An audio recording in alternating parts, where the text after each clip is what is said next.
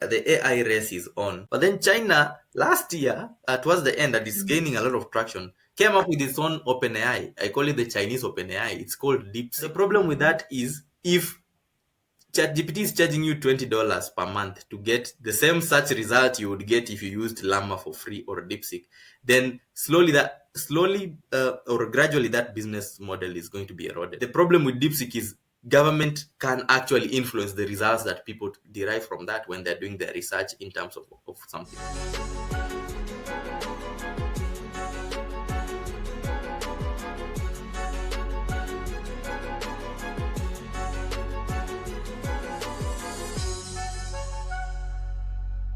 The AI race is on, and like everybody knows, or everybody who is keen on the space knows that OpenAI is the biggest entity that provides these large language models, and it's the biggest because it has the most funding. OpenAI last year raised $6.6 billion to just support their AI investment, and this is from a valuation. The company is now valued at almost 160 billion. So OpenAI was able to raise that, and America, even under the Biden administration, created a lot of hurdles to ensure that they remain the leader in AI. So chips, Nvidia, which again, for anybody who is in the tech space knows, Nvidia has been one of the. It has grown 900% in terms of its share price in the last year alone, but also it was banned by government from selling its chips to China to ensure that Americans companies are the only ones who have this AI, the chips specifically used for using for the data centers as well as for the running the AI models. Now, the interesting thing is China, America was investing heavily in companies like Nvidia and investing in trying to create those call them Chinese walls so that there's no information leakage in terms of the expertise going to China and whatnot. But then China last year, towards the end, that is gaining a lot of traction, came up with its own OpenAI. I call it the Chinese OpenAI. It's called DeepSeek. Now, DeepSeek is based on the people who have trained on DeepSeek, including Perplexity, which I'll get to later, have found that DeepSeek is as good as the large language models like Llama um, for is it Meta, and then also for Grok, and also OpenAI in some instances, not all instances. Now, the beauty about DeepSeek is DeepSeek, first of all, used almost an eighth of the investment. I think that it is, of course, because of China companies, it's very hard to get full facts, but it is rumored to have used at most 300 million to develop the model. OpenAI is using $6.6 billion. These guys use 300 million to make a tool almost as good as the OpenAI tool. Another thing is it is open source, which means anybody can use it and develop that tool. OpenAI is closed source, and that's why OpenAI has an edge, because it is using data that is quote unquote patented, but also the development infrastructure is only known to OpenAI developers. Then the other thing is the tools. Remember, Nvidia was banned from selling this AI, quote unquote, AI specific chips to China. But DeepSeek was able to use the old chips for Nvidia. Remember, Nvidia used to make apps for gaming, graphic cards for games. Yeah. So they were able to use those old cards to develop to develop this OpenAI infrastructure. This large language model infrastructure that is rivaling the US. Now, where does Perplexity come in? Perplexity chose a different path. When everybody was starting, it became a race for who has the best large language models. And Perplexity, through its CEO and of course guided by their board and whatnot, they realized that as time goes, the the value of a large language model will be close to zero, because Google will create its own large language model. Amazon will come up with its own model. Microsoft, like I told you, is developing its own model. Uh, Meta was the pioneer of open source large language models, which means if Meta's view is that this thing should be free, because when it's free, developer, you know what makes a tech product better is the same way you would say what makes a normal product better is user reviews. So if people come and say this product can be improved by maybe adding one or two features. So with tech, the making a product open source means that people can plug in additional ways to make that infrastructure more secure, more relevant for the users, and more beneficial to humanity. Because of another big issue people face with AI is uh, its ethics and sustainability and what its impact on the humankind would be.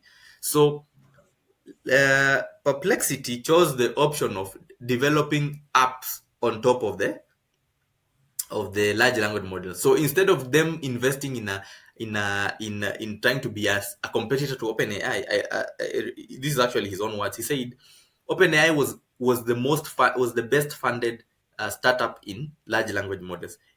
It did not make sense to try to compete with that because they were never going to get the resources of Sam Altman and his team. So what they did was to build an app on top of these large language models. Now, Perplexity, for those people who don't know, Perplexity is basically the next level of Google search.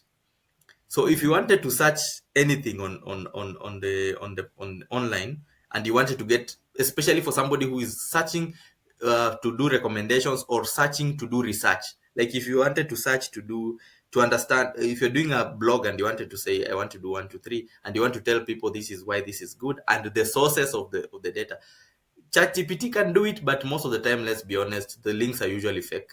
But Yeah. Perplexity now creates an option for you to basically do like a normal Google search, but then gives you the references. It can even generate for you images and of course additional views.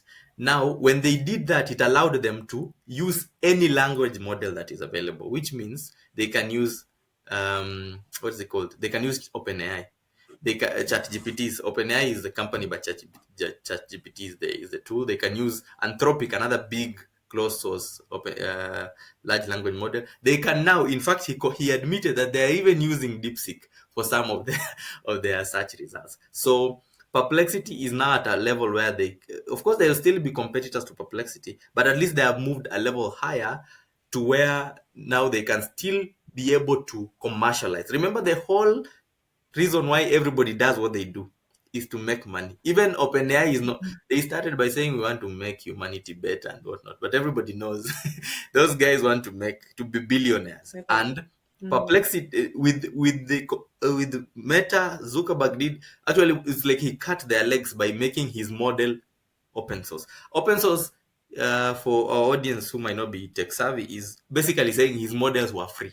So if you are using Llama, it's free.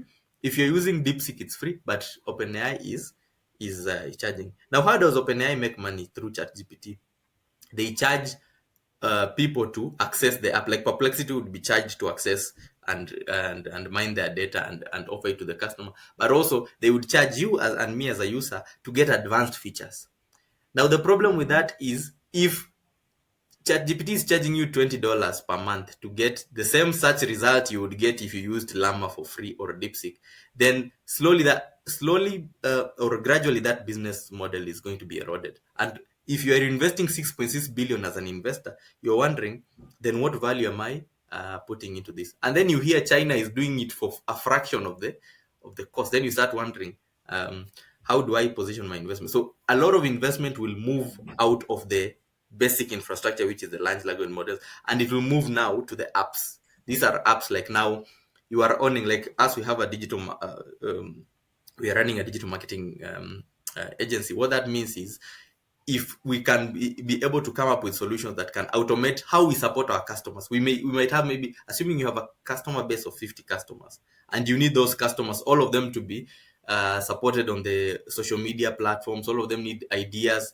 If we have an app that can plug into maybe chat gpt or deepseek to allow us to in 1 hour generate customized content for each of these people, would then be something that some of us would be able to pay for. So anybody who is building an app on top of these solutions is the one who is likely going to make money. Of course, and of course, now any developer who is able to plug using the data, especially the open source data, to come up with any new solution. You can come up with a solution for creators in the creative industry. Now that's why you see the companies for creating images. If you come up with a solution for answering queries, come up with a solution. These are basic. We'd call them apps. So after all that, all that I've said and done, point is there is a competitor called DeepSeek. It's a Chinese competitor.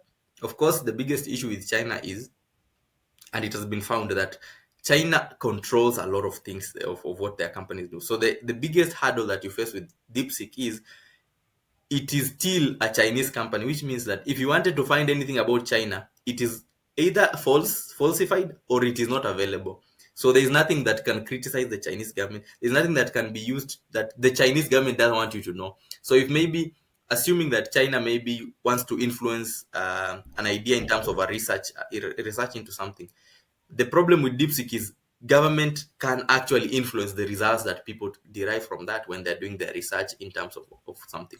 Now with OpenAI and other countries, you don't face that big problem. The ethics also, that means how the data is mined, sustainability, where are they storing this data, data privacy, in terms of what are they using to generate the energy for this data. There is a lot of coal and all that discussion. So it is a very interesting space, but be on the lookout, because if DeepSeek was able to generate with that, you can be sure OpenAI, the shareholders or investors are asking questions, and soon enough, either ChatGPT will be purely free, or they'll find a way to make that subscription fee less than $20 a month. I'm very passionate about what these AI discussions are meaning, because I have used AI on the different tools that we have access to, both on the marketing end and on the research end. And what I can tell you is a lot is happening, and a lot is happening fast.